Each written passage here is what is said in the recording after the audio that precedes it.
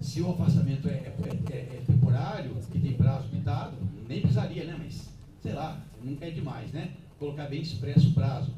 E se ele não tem prazo determinado, aí uma sugestão que eu dou é que ele pudesse ser revisto anualmente, até porque anualmente se apresentam relatórios. Então, o que seria? Uma sugestão que eu dou, né? Qualquer afastamento nessas circunstâncias aprovado, que o Conselho delibere que a questão possa ser revista nos exercícios subsequentes.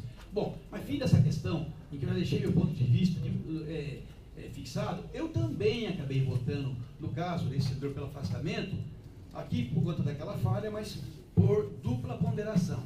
Em primeiro lugar, porque certo ou errado, isso é muito importante que se diga, né? O Conselho já deferiu o afastamento, o órgão normativo da carreira já aprovou esse afastamento dele. E, em segundo lugar, eu acho que isso não impediria que o Conselho revisse, eu acho que não impediria. Mas aí vem a segunda questão também.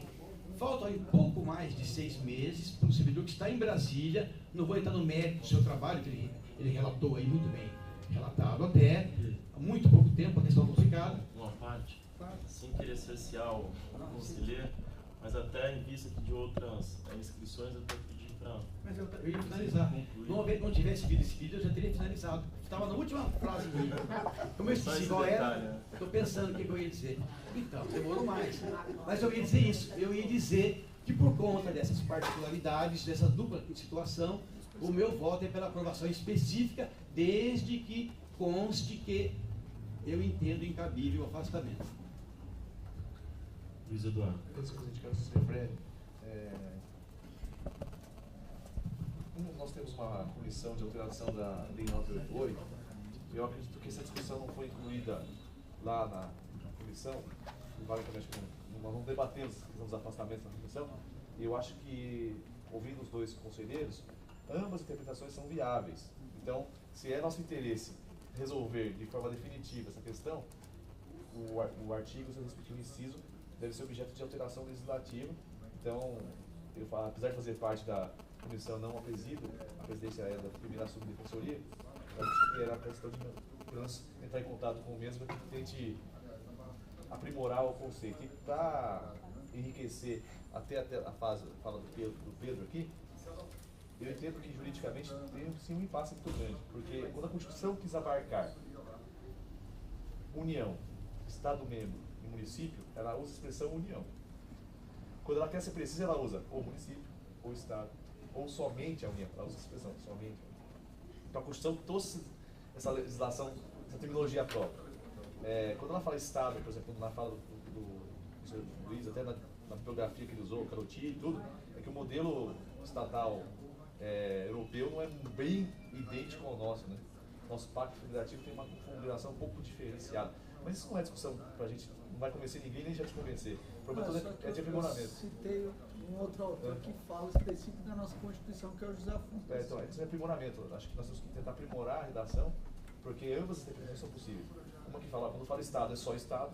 Outra quando fala, Estado envolve toda a máquina pública. Então, para que esse problema não se reverbere várias vezes, é por isso que é recomendável, porque a gente altera a legislação, e quanto ao mérito, aí eu acho que eu vou aguardar a votação. Não fique em branco essa questão da legislação. Eu ia até perguntar a mesma coisa que o Rafael perguntou ao Pedro, se ele entendia que Estado seria só o Estado de São Paulo. Porque de fato não haveria sentido um defensor ser designado para trabalhar numa secretaria de Roraima e não ser designado para trabalhar numa defensoria federal, num órgão federal que tem muito mais influência aqui na nossa defensoria.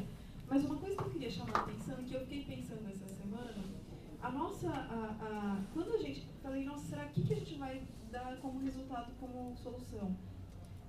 Quando a gente interpretou, é óbvio que não é a mesma coisa, eu sei que não, mas quando a gente fala do artigo 62 e a gente vê a nossa prerrogativa do inciso 4 de requisitar a órgãos públicos estaduais certidões, exames e cópias, o próprio Conselho já interpretou que esses estaduais se refere a estaduais, municipais e federais.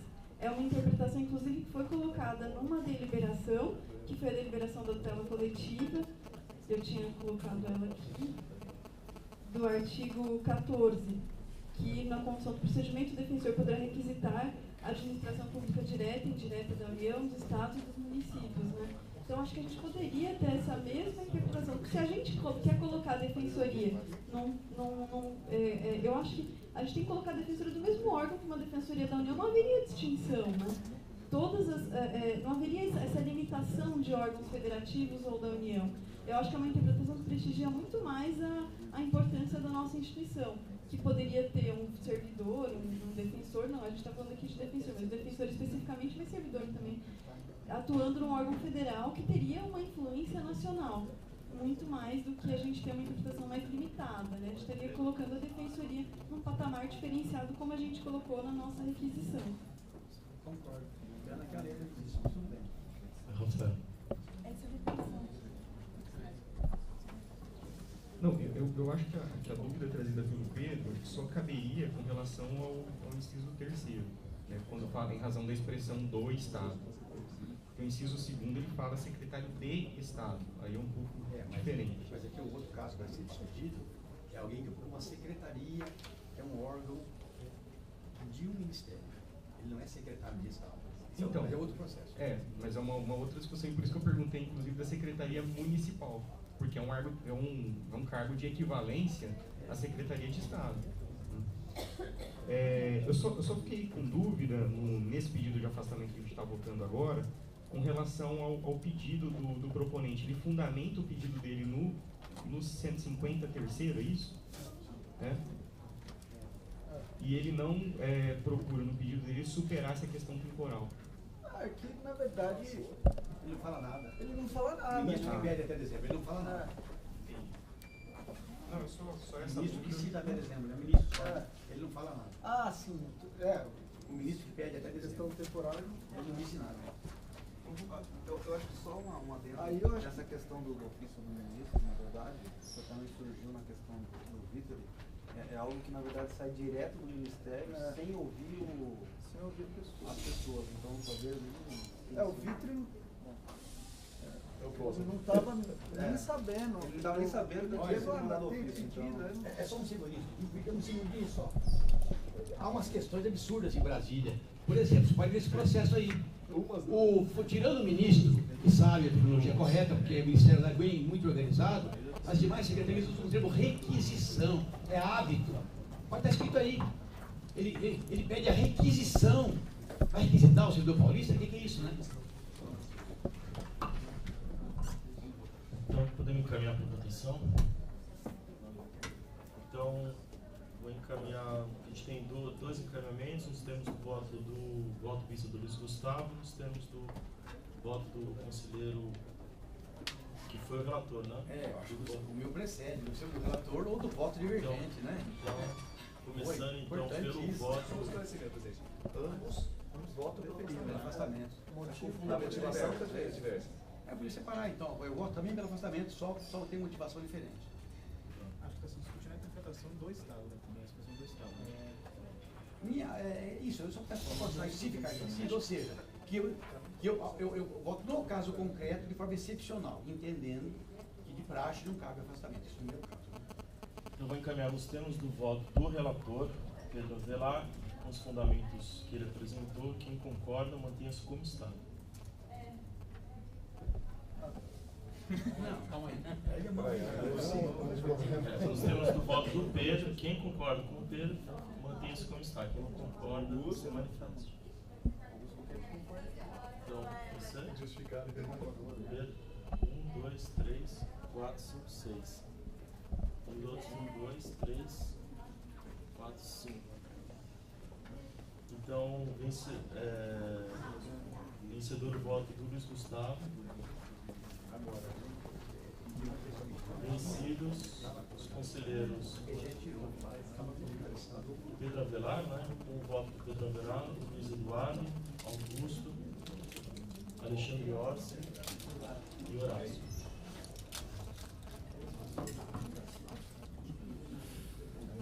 Então, já passando o próximo, então, do 66 de 2013, interessado Vitor, pedido de afastamento pelo exercício do cargo de Secretário Nacional de Política sobre Drogas do Ministério da Justiça. também tinha sido feito pedido de vista pela terceira subdefensoria.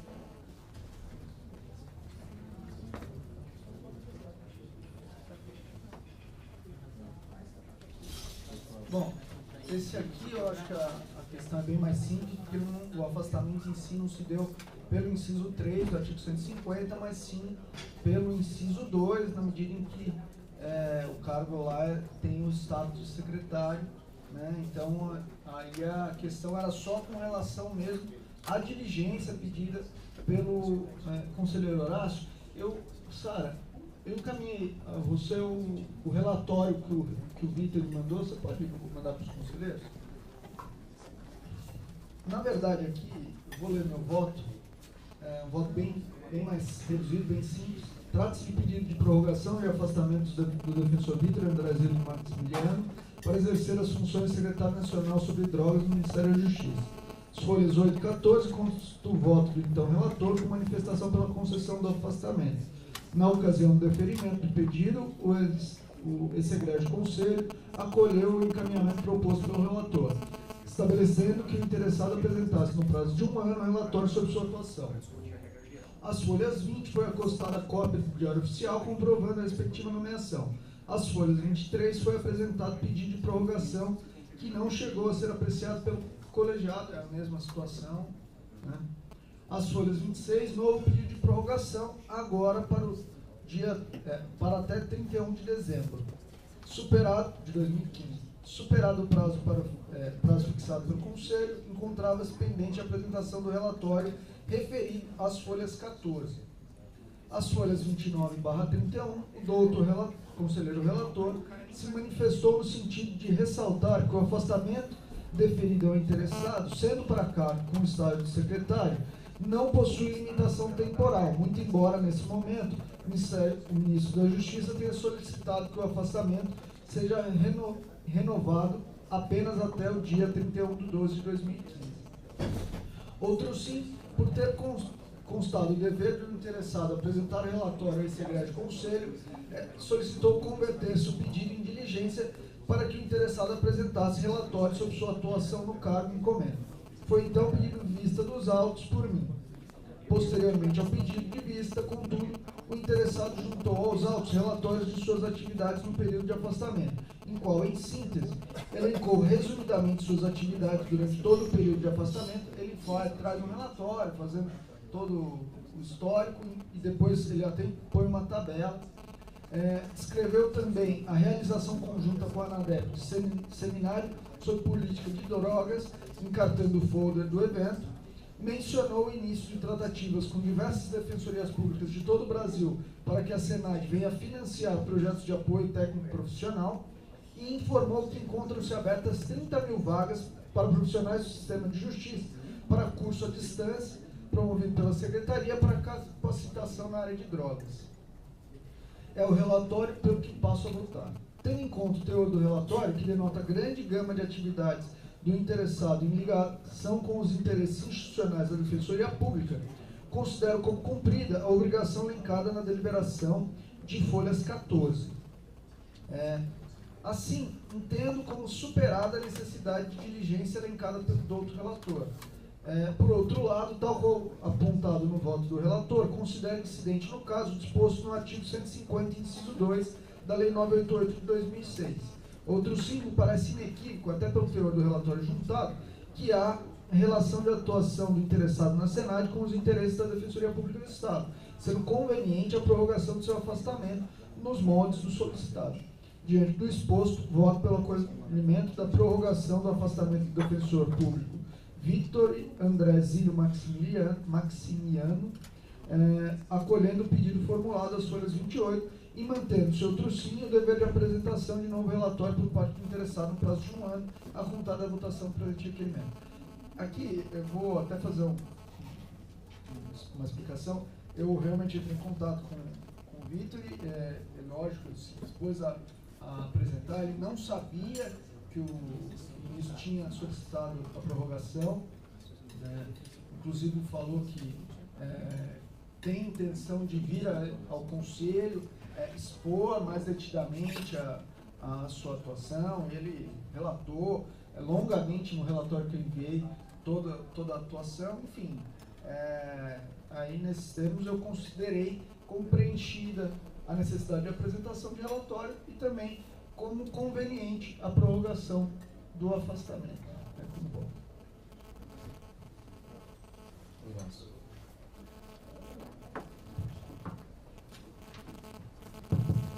Acho que só, não discordando do resultado, mas só do trâmite como foi, é porque, na verdade, como vota pela não diligência, e aí a diligência, na verdade, foi cumprida, né? Então, assim, eu particularmente, o que eu fiz? Eu também recebi o e-mail do Vitor com um relatório. E aí eu fiz o voto aprovando. Então, assim, o resultado é o mesmo, é isso que eu estou falando, né? Então, é que a diligência acabou sendo feita, entendeu? Então, assim, é só uma questão, né? Assim, que ele falou assim, voto pela não realização da diligência, mas a diligência foi feita. E até no período de vista. Então, assim, eu fiz o voto nos mesmos termos, né? Coloquei, olha, só ressaltei que seria importante que nesse tempo ele mandou um e-mail para mim também com o relatório, pormenorizado, com tudo. E pelo que cumprido a diligência, eu estou voltando pelo afastamento, mantendo o afastamento. Aí eu só fiz uma ressalva, que aí eu queria trazer para vocês, é o seguinte, uma questão técnica. Eu sei que o precedente que falava do relatório, falava para que ele apresentasse em 1 ano após o deferimento do afastamento. Não seria o caso da gente fazer que esse relatório fosse apresentado ao término do período? Porque aí ele tem um período para ele, a gente está voltando já em dezembro. Vai dar na mesma, mas que a gente condicione ao término ali do prazo de afastamento para que ele apresente o relatório. Pelo menos dá o tempo ali de desenvolver. É que nesse caso ele só está para 1 ano, né? Nesse caso específico dá na mesma, né? Nesse caso, ao término, às vezes o outro quer inicial por 2 anos, ao Pode ser término que também, você entendeu? Eu acho que é melhor manter do jeito que está. Claro. Na verdade, uma pergunta para você e Luiz. O primeiro afastamento que foi definido não tinha prazo final. Não tinha prazo nenhum. Agora vai ficar definido o prazo final. Porque agora foi específico. 31 de dezembro de 2015, né? Isso. Há um prazo final e vai ter que fazer um novo requerimento, né? Isso é o pedido que veio do ministro. Eu coloquei no voto. É porque a manifestação do conselho anterior não tinha prazo final. Agora há um pedido e a gente vai definir esse pedido. Acho que tem que ficar definido que é um meu prazo voto final. eu pus prazo. Isso que é Referindo ao importante, né? afastamento até o prazo de 31 de dezembro. Acho que isso é importante. Deixa isso, por favor. Até porque o pedido que veio do ministro é até final de 2015, né? Então não tem nem como a gente pedir afastar mais. Conforme solicitado pelo ministro.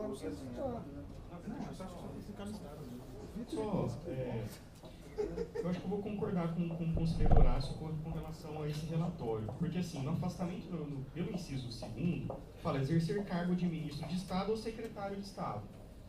Aqui ele não fala para o defensor justificar o cargo com as atribuições da defensoria, como faz no inciso 3º. Então eu não vejo necessidade de anualmente ele elaborar um relatório. No inciso 3º, sim, porque no inciso 3º o conselho tem que analisar se o cargo que ele está exercendo guarda afinidade com as atribuições da defensoria pública. Agora, não. Não, se for que afinidade... Não, afinidade, porque assim, a importância do exercício do cargo, assim, já presume que é importante. Mas ele pode... Mas caberia por outro motivo. Não, então, aí eu acho que, pelo inciso 2º, acho que não haveria necessidade do defensor apresentar relatórios anuais. Relatório, acho que no final do mandato, estaria de bom tamanho, acho que é muito relatório para o conselho analisar. E de forma desnecessária. E o inciso 3º, aí sim, eu acho que seria adequado. Bom, começar pelo fim ou pelo começo? Machado de Assis começa o livro pelo fim e tem sucesso, né? Então, vamos começar pelo finalmente. Então.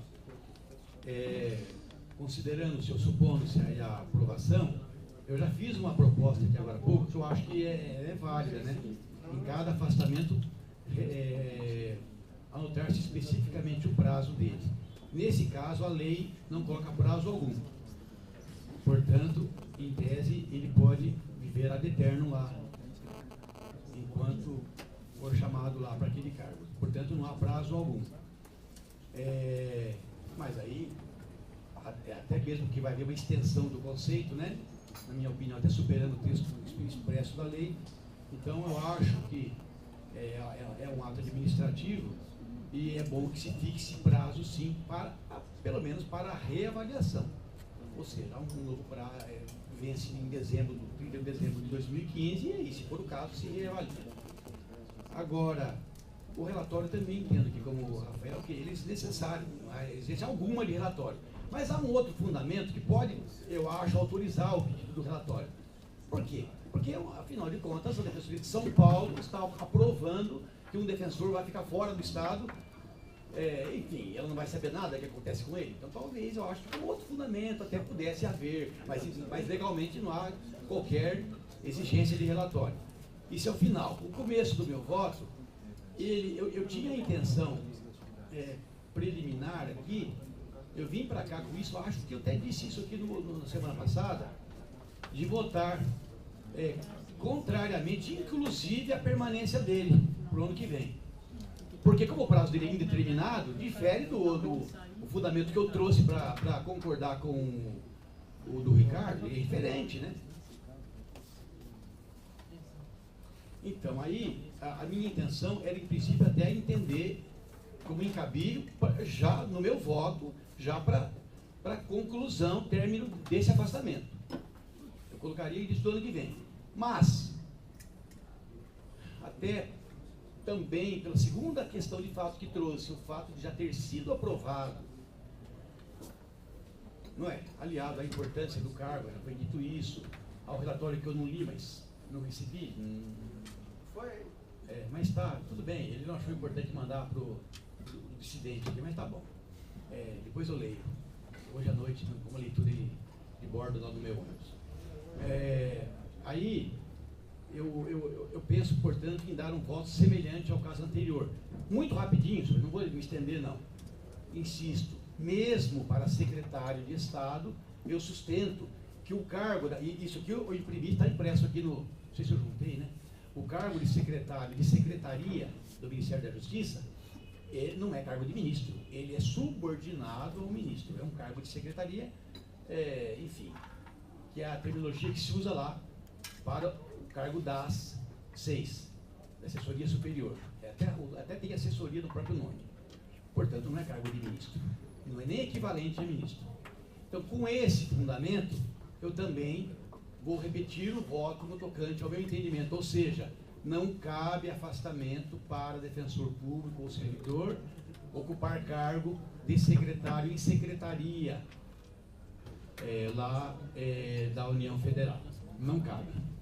Mas, no caso concreto, com a proposta de que haja fixação anual, porque no caso ele é diferente, como é por prazo indeterminado, então, com a proposta, no meu caso, considerando-se já aprovado pelo Conselho anterior e com a proposta de que seja revisto anualmente esse afastamento, aí eu voto então pela prorrogação.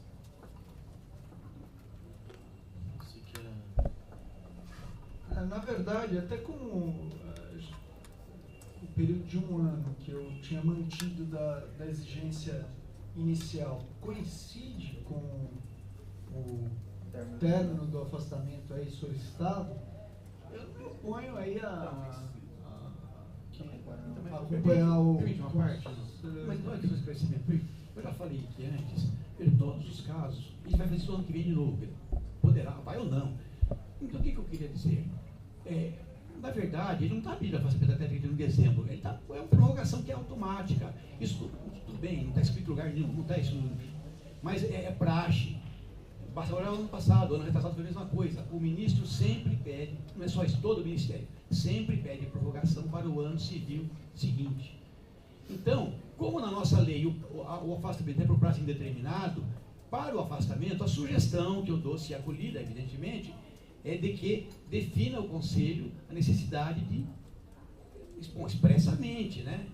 Manter a exigência, é isso que você fala. Manter a exigência que a gente tinha... Não é tanto o relatório, para mim, o Rafael tem razão. Para mim, acho que no caso dele é desnecessário. Mas, na minha opinião, o importante é dizer que a Defensoria, o Conselho, aprova o afastamento até 31 de dezembro do ano que vem, reavaliando-se eventual prorrogação. Bom, eu, na verdade, votei para atender o solicitado. Bom, o solicitado, na verdade, é para dezembro. Mas não é o que ele pede, né? Ele pede nos termos da lei. Não é o que ele pede, viu? Ele pede nos termos da lei, ele pede. No pedido do ministro vem até o final, até o último dia do... Mas o interessado não pediu, você pediu... Não. Na verdade, o interessado não pediu nada. Nos termos da lei. A lei pediu aqui? Não. Mas sabe que ele Ele quer fez ir? o pedido original, né? Ah, ele mandou um relatório, quer sim. Eu acho que ele vai voltar a pedir. Então, só retomando aqui, o voto do Luiz é pelo afastamento até o final de 2015, com a apresentação de relatório ao término do prazo. Tá? Aí ele está fazendo essa observação. Eu concordo com esse voto, é o desde que voto. registre, que eu entendo incabível, mas excepcionalmente, no caso concreto, por já estar aprovado, concordo com o endossado. Com essa ressalva, igualzinho no caso anterior. Então, eu vou encaminhar como foi retirado até o voto, nos termos do voto vista, do Luiz Gustavo. É isso que eu ia colocar, porque no voto de vista ele falava da questão da ausência do relatório, que era ele dispensava a diligência. E eu falei que eu votava já aprovando direto que a diligência foi cumprida nesse período. Aí acho que até o Luiz falou assim, não, sem problema. Ah, é porque eu também votei aprovando. Então.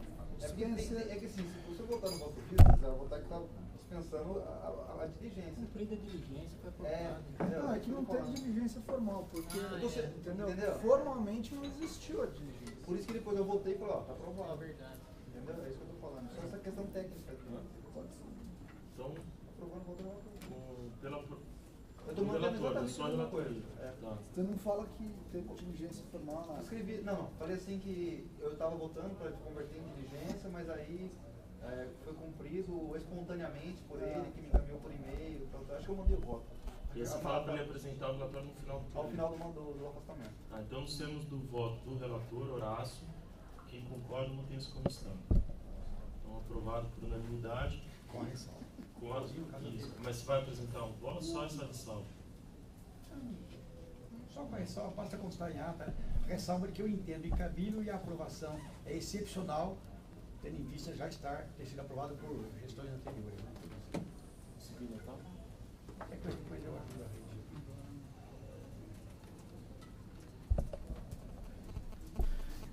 Tem mais algum afastamento? Tem. Mas eu acho que Eu queria voltar só porque eu querido núcleo, o pessoal do núcleo, só porque a gente ontem, só para lembrar que ontem ficou definido que o processo da licença prêmio seria votado hoje. não, Ficou definido também que o conselheiro Wagner pediria vista. Só para a gente tentar exercer esse cronograma. mas acho que dá pra Esse não vai gente. ter problema nenhum, Esses dar dois- épica. Não, eu não quero nem que seja Só tá votado alertando antes antes. do afastamento, é só pra gente, porque como a gente Antes de definiu a terminar a 1 da sessão. tarde, Não, a da Valéria vai gente- ligar se passar 5 minutos. Esse da PADEP, Horácio, você está com voto? É esse tranquilo? minuto seu, Como que é o afastamento do PADEP? Eu já votei. Aí teve pedido de vista da PADEP. da Eu PADEP. não lembro o que era isso. Eu não Era aquele que eu. Sim, mas eu não lembro porque que a Fabiana pediu, presidente. Então vamos deixar. Então, deixa, eu levo a semana que vem eu trago, por Tá. favor. Então, o outro aqui da Associação dos Servidores é o 293. Interessado, Associação dos Servidores da Defensoria Pública, pedido de afastamento de servidores para atividade associativa. O conselheiro relator era o Luiz Gustavo, que estava pendente de um cumprimento de uma apresentação de documentos, né? Tá. Acho que eu preciso só o. Não, eu acho que tem aqui. Tem os enviados.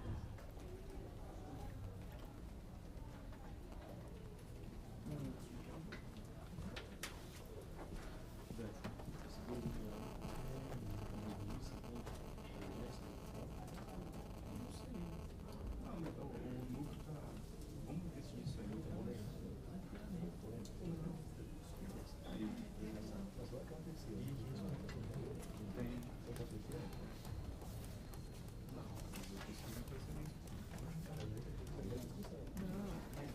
Vamos resolver. A coordenadora do núcleo pediu. A pessoa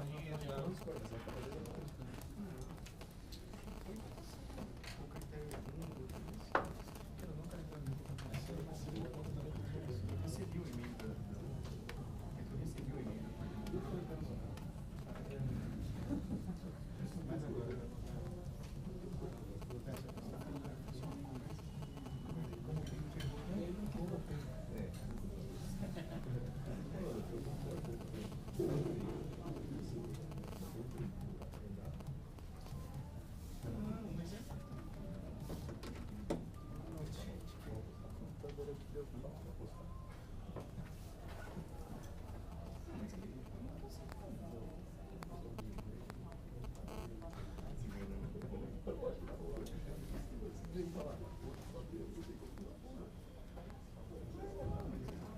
Já tem A, B e C.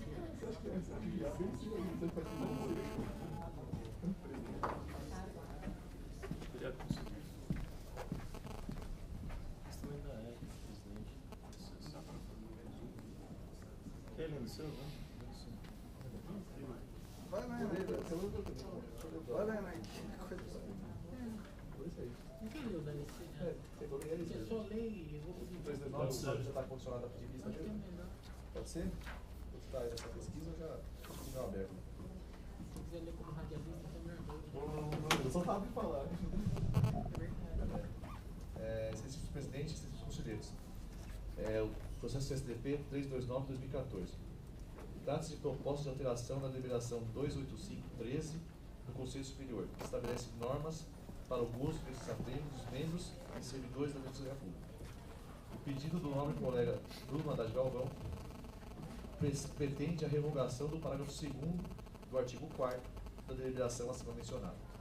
Em linhas gerais, o parágrafo em questão limita a indenização de licença-prêmio a uma parcela de 30 dias de cada bloco contemplado. Assim, pela proposta formulada, o limite de indenização da licença-prêmio deixará de existir. De plano, a proposta tem total aderência deste relator. Explico por quê.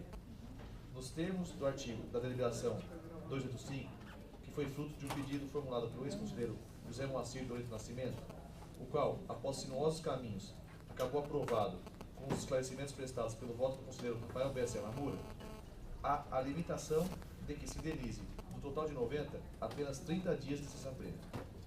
Há que se estabelecer que a indenização da licença-prêmio pressupõe, no âmbito da Defensoria Pública, o indeferimento de seu gozo por necessidade do serviço ou por outro motivo de interesse da administração.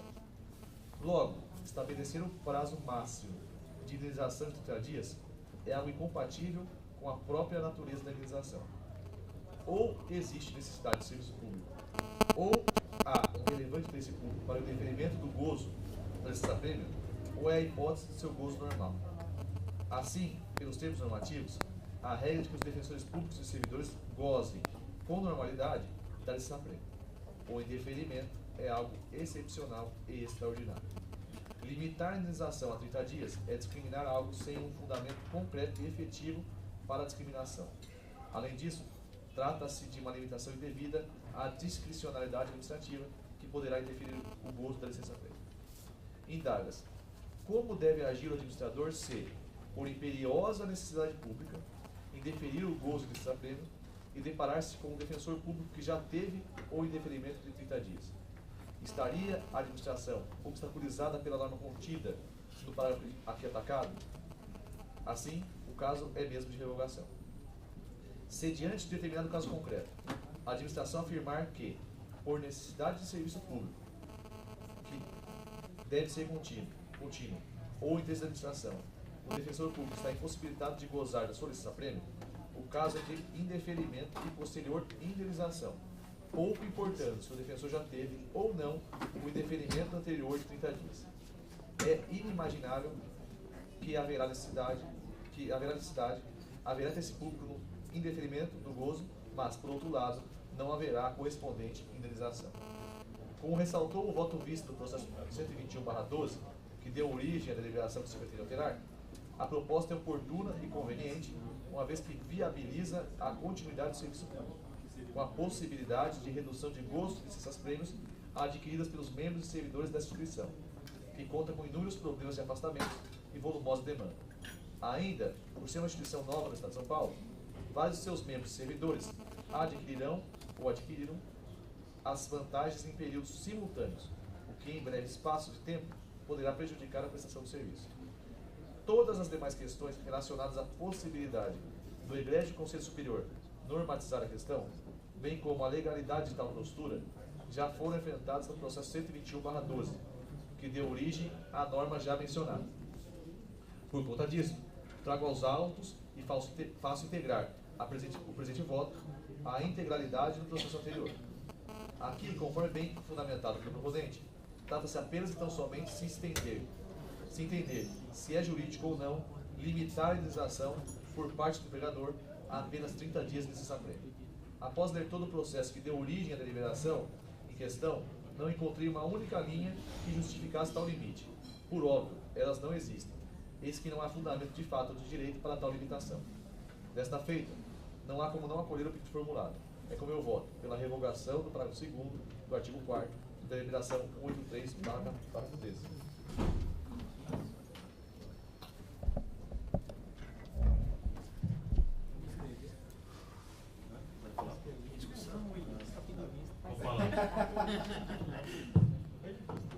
Não, eu vou assim, é só, na verdade, até fazer um esclarecimento aqui para que depois, no e-mail, no grupo, tal, de e-mail e tal, o Luiz Eduardo caminhou meu e falou, se possível, o voto será lido amanhã.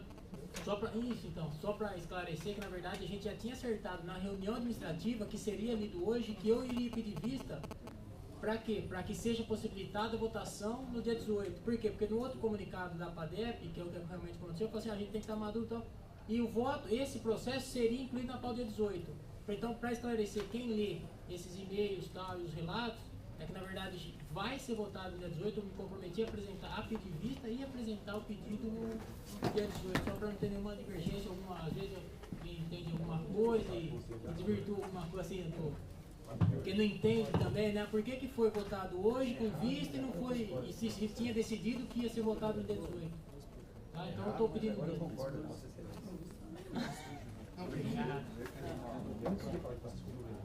Então, 329 de 2014, vista do conselheiro Vale. Eu vou... Eles estão trazendo o voto para ele fazer a leitura. Aqui, até seguindo essa hora, a gente tem o 3.000.000 de 2013. Também está com o Luiz, ele está com o voto aqui. Apenas a abertura de concurso estadual de estagiário de direito para exercício de 2014. Trata-se do procedimento encaminhado pelo diretor do Departamento de Recursos Humanos, Ricardo Amorim Leite, no qual apresentou lista de candidatos aprovados para ocupar encargos de estagiário de direito com provas aplicadas no mês de novembro de 2014. É o breve relatório. Isto posto nos termos da deliberação 26, de 21 de dezembro de 2006, voto pela homologação da lista de candidatos aprovados, realizando as comunicações de praxe. Como voto. Nos termos do voto do relator, quem concorda mantém-se como está, aprovado por unanimidade. Então, agora o 261.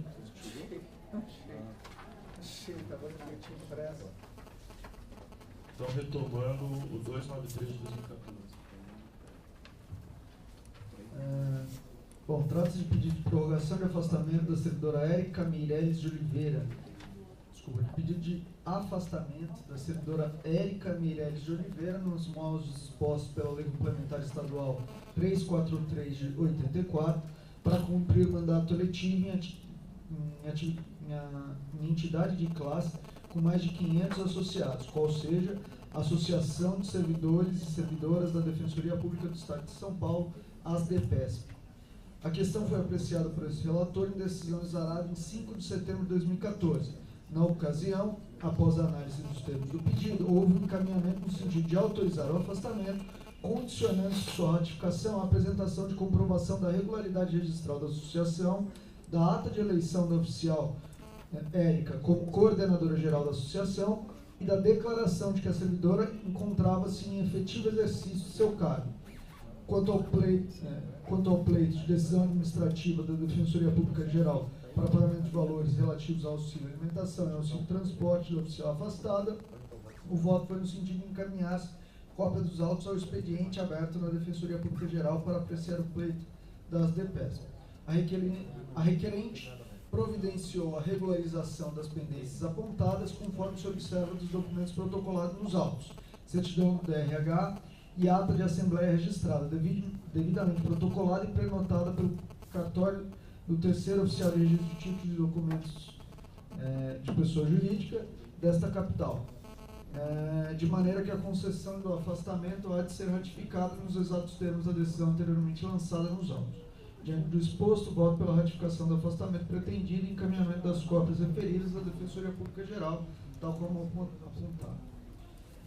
Na verdade, aqui, o afastamento da Érica para a Associação dos Servidores veio num pedido no começo do ano, houve, no começo aí do mês de outubro, houve apontamento por mim de que não haveria sido preenchido regularmente a comprovação dos requisitos para afastamento, porém, como ela necessitava do afastamento já para tocar a associação, né, os projetos da associação, esse conselho houve por bem deferir esse afastamento com posterior ratificação, desde que ela apresentasse os documentos. Na verdade, tinha sido fixado o prazo de 2 sessões para ela, mas ela foi me comunicando de que ainda não havia cumprido esse prazo, tendo em vista que o cartório não tinha retornado com os documentos para a regularização da associação em si, como uma pessoa jurídica, né? Isso agora foi regularizado, também houve o registro da ata de eleição, né, dela como coordenadora, e está tudo regular, do meu ponto de vista, então por isso eu voto para afastar. Então, isso ela me falou agora, recentemente, essa semana, que ela pretende solicitar mais 2 afastamentos para a associação. Não está aqui. Na verdade, eu falei para ela encaminhar depois o pedido autônomo. A única questão é que há uma dificuldade, porque a gente não tem a figura do itinerante para os servidores, né? No caso, ela indica, ainda não está fechado, mas parece que é um oficial e um agente, ela não formalizou. E aí a gente vai conversar até para viabilizar isso. Porque, na verdade, a grande dificuldade é como fazer essa substituição. Atualmente, no caso dela específica, uma servidora que está lotada no DRH foi cedida para a Regional Central, onde a Érica era lotada, com o compromisso de, assim que a Érica deixar a associação, volta o cargo para o DRH e a própria servidora. Esse foi para a Érica. Agora, para os outros, a gente vai ter que conversar com a Érica, né, o Alessandro e o próprio Ricardo, para viabilizar aí de alguma forma isso. Vamos ver. E de todo mundo a gente está esperando formalizar, porque eu acho que até agora eles estavam com dificuldade até de escolher quem que seriam as 2 pessoas afastadas. Então, nos termos do voto do relator, concordo, mantenha-se como está, aprovado por unanimidade. O 261 de 2014, terceira coordenadora do Núcleo de Habitação e Urbanismo, propósito de abertura de inscrições para membros e colaboradores do núcleo especializados. Relatoria era da Kátia, tinha tido uma vista do Horácio, e agora a segunda vista do conselheiro Rafael Bessa proclamado. Processo CSTP número 261 de 2014, assunto proposta de abertura de inscrições para integrantes do núcleo especializado. Interessado, coordenadora do núcleo especializado de habitação e urbanismo. Excelentíssimo senhor presidente, excelentíssimos conselheiros. Versam os autos sobre pedido de reabertura de prazo para a seleção de defensores públicos que integrarão o núcleo especializado de habitação e urbanismo, após decisão a ser proferida por este egrégio colegiado, nos moldes do artigo 55 da Lei Complementar 988, assim como os artigos 8º, 9º e 10º da deliberação CSTP número 38 de 2007, tendo em vista o desligamento de um integrante no curso do mandato. Após o voto da ilustre relatora, doutora Kátia Romero, e do voto visto do conselheiro Horácio, doutor Horácio Xavier, pedi novamente vista dos autos para melhor análise dos critérios adotados para a escolha, com base nos precedentes deste colegiado. Foram recebidas 7 inscrições válidas e os currículos dos candidatos estão juntados às folhas 16/50, sendo que todos os interessados poderão ser apenas colaboradores, uma vez que nenhum deles possui mais de 5 anos na carreira. São eles: Elton Ciecola Kirsu, Letícia Souza Branquinho, Liliane Mageste Barbosa, Peter Gabriel Molinari, Renato Campolino Borges, Ricardo Augusto Paganucci Lodi, Valéria Correia Silva Ferreira. Após o recebimento das inscrições, os autos foram encaminhados à excelentíssima senhora corregedora-geral, relatora designada, que proferiu o voto indicando os defensores públicos que deverão integrar o núcleo especializado de habitação e urbanismo. Ressaltou em seu parecer que o primeiro critério previsto no artigo 4º da deliberação número 84 de 2008 não poderia ser utilizado, pois não houve nenhum interessado em compor o núcleo como membro. Apontou que dos inscritos, apenas o defensor público Ricardo Augusto Paganutti Lodi atua na área de execução penal, cuja atribuição está afeta ao núcleo de situação carcerária. Relatou ainda que os demais interessados possuem atribuição civil e, portanto, poderiam, em tese, ocupar a vaga, atendendo ao critério de preferência estabelecido na linha B do artigo supracitado. Sendo assim, procedeu à escolha com base no terceiro critério estabelecido pelo artigo 4º, qual seja, o currículo e a formação dos inscritos na área de interesse. Elaborou um pequeno resumo dos currículos apresentados, indicando a ordem de classificação dos inscritos conforme lista de folha 58. No entanto, justifica sua escolha apenas no candidato que deverá compor o núcleo, não apresentando as razões da ordem de suplência. O voto vice do conselheiro Horácio diverge da relatora. Primeiramente, destaca que os defensores públicos Elton Ciecola Quersu e Ricardo Augusto Paganutti Lodi não atuam na área afeta ao núcleo de habitação, já que são lotados em defensorias com atribuição criminal e execução penal, respectivamente. Portanto, retira esses dois defensores da ordem de preferência e passa a analisar o currículo dos 5 candidatos restantes, utilizando-se do terceiro critério do artigo 4º para justificar sua escolha. Por conseguinte, afirma que nenhum candidato possui uma especialização na área do núcleo e vota pela escolha do defensor público Renato Campolino, lotado na unidade Monte das Cruzes. Justifica sua escolha afirmando que o candidato foi assessor de desembargador na área de direito privado, é o atual coordenador auxiliar da unidade Monte das Cruzes e está há mais tempo na carreira do que os outros candidatos, já que oriundo do 5º concurso de ingresso na carreira. Ao final, justifica a lista de suplências, folha 63/64, indicando a ordem de folha 64. Eis o relatório, passo a opinar. De fato, o primeiro critério previsto no item A do artigo 4º da deliberação, número 84 de 2008, deve ser superado, em razão de ausência de defensores públicos inscritos como membros, uma vez que nenhum candidato possui mais de 5 anos na carreira. Com relação ao critério estabelecido no item B do referido dispositivo, mantém a posição adotada pela relatora conselheira Cátia Beja Romero, uma vez que apenas o defensor Ricardo Augusto Paganutti Lodi não possui atuação afeta ao núcleo de habitação e urbanismo, pois atualmente exerce sua função na área de execução criminal, devendo dessa forma ocupar a última vaga de suplência, ou seja, o 6º lugar de suplente. Nesse ponto, ressalto, salvo melhor juízo, o equívoco do voto vice do conselheiro Horácio, pois considerou que o defensor Elton Ciecola Quersu atua na área criminal, quando na verdade possui atribuição civil família, conforme documento de inscrição de folhas 16. Superado mais esse item, importante análise dos demais requisitos previstos no artigo 4º da deliberação 84, na seguinte ordem: defensores com melhor currículo e formação, defensores cuja unidade ainda não conte com representante do respectivo núcleo, e, por fim, defensores à frente na lista de antiguidade, segundo os critérios esculpidos no parágrafo único do artigo 109 da Lei Complementar 988.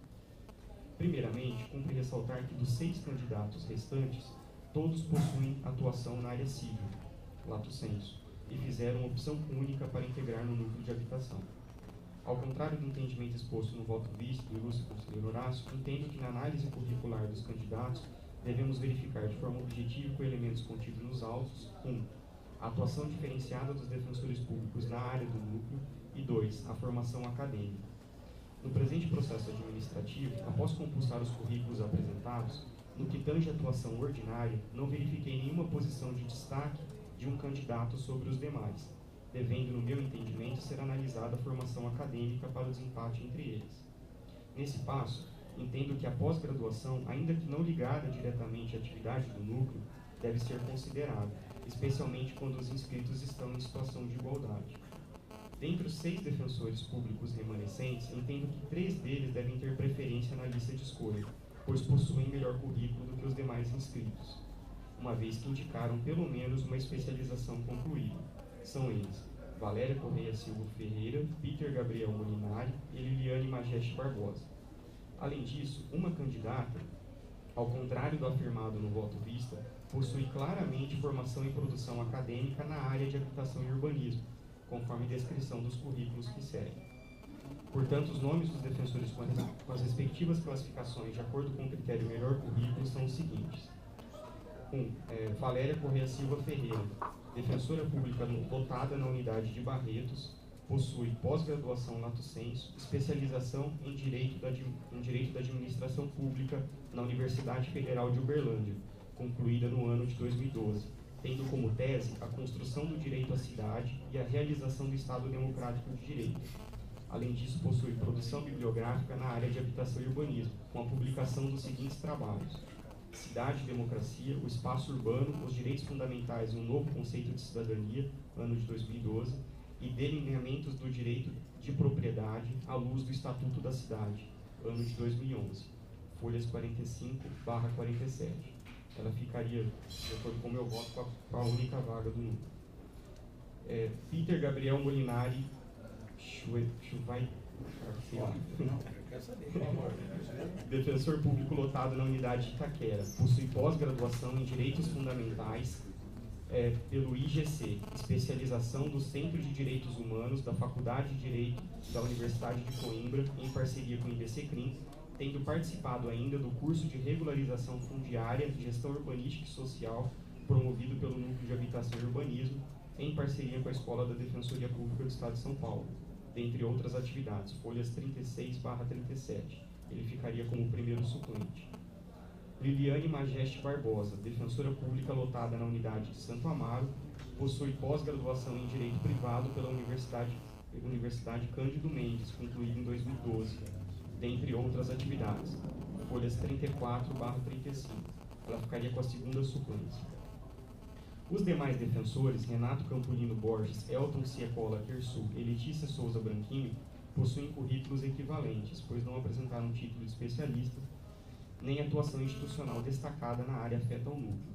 Além disso, ambos estão lotados em unidades que não possuem defensores públicos que integram o núcleo de habitação e urbanismo, sendo imprescindível a utilização do último critério de desempate previsto na deliberação 84 de 2008 para a definição da terceira, quarta e quinta suplência. Portanto, temos a seguinte ordem de classificação entre eles: Renato Campolino Borges, defensor público lotado na unidade Mogi das Cruzes, ficaria como terceiro suplente. Elton Ciecola Terçu, defensor público lotado na unidade Jacareí, quarto suplente. Letícia Souza Branquinho, defensora pública na unidade Guarulhos, ficaria com a quinta suplência. Assim, com base nas análises descritas e tendo em vista que há uma vaga em aberto, sugiro a seguinte ordem de classificação no presente processo de seleção. Primeira vaga, Valéria Correia Silva Ferreira, integrará o núcleo como colaboradora. Primeira suplência, Peter Gabriel Molinari. Segunda suplência, Liliane Majeste Barbosa. Terceira suplência, Renato Campolino Borges. Quarta suplência, Elton Ciecola. Quinta suplência, Letícia Souza Branquinho. Sexta suplência, Ricardo Augusto Paganutti Lodi. De todo exposto, submeto a análise deste respeitável colegiado o nome da defensora pública Valéria Correia Silva Ferreira para compor o núcleo especializado de habitação e urbanismo.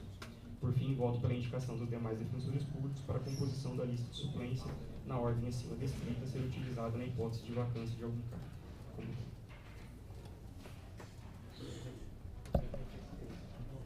Quem quer se manifestar? Sim. Gostaria de ouvir a opinião do conselheiro Horácio. Na parte do Elton, confesso que eu não sei aonde que eu vi lá. Eu achei que era.